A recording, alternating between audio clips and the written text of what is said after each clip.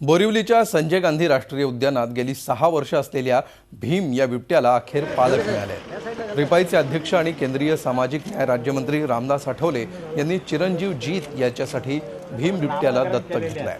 संजय गांधी राष्ट्रीय उद्यानात जाऊन त्यांनी याबाबतची सरकारी कार्यवाही पूर्ण केली। 6 वर्षांपूर्वी बिबट्याचे 2 बछडे शहापूरमध्ये पुराच्या पाण्यात वाहून जात होते। त्यावेळी नॅशनल पार्कच्या वन्यजीव रक्षक अधिकाऱ्यांनी त्यांना वाचवलं। त्यावेळी त्यांचं नाव भीम आणि अर्जुन असं करण्यात आलं। गेली 6 वर्ष ते इथल्या रेस्क्यू सेंटरमध्ये आहेत। डिसेंबर 2013ला सरकारने सुरू केलेल्या वन्य प्राणी दत्तक योजनेनुसार ठाण्याच्या साधना माने यांनी अर्जुनचं पालकत्व घेतलं। भीम अजूनही पालकांच्या प्रतीक्षेत होता। या योजनेअंतर्गत भीमच्या आहार आणि औषधोपचारांचा खर्च यापुढे आठवले यांना उचलावा लागणार आहे। तर महिन्यातून काही दिवस आठवले आणि त्यांच्या कुटुंबाला भीमला जवळून पाहता येईल।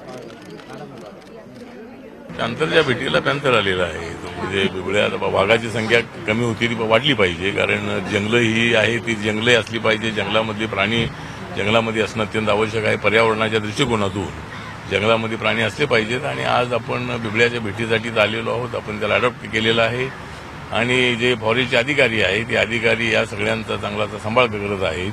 त्यामुळे अजून ही संख्या वाढवली पाहिजे।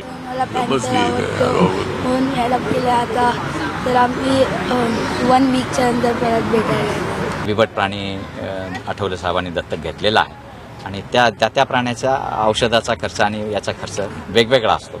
याप्रमाणे आज बिबटसाठी जो 1,20,000 रुपये 1 वर्षाचा खर्च आठवले साहेबांच्या माध्यमातून शासनाकडे जमा झालेला आहे आणि वाघ प्राणी जर घ्यायचा ठरलं तर जवळपास 3,20,000 रुपये 1 वर्षाचा दत्तक आणि जवळपास लायन जर असेल तर त्याच्यासाठी 3 लाख रुपये।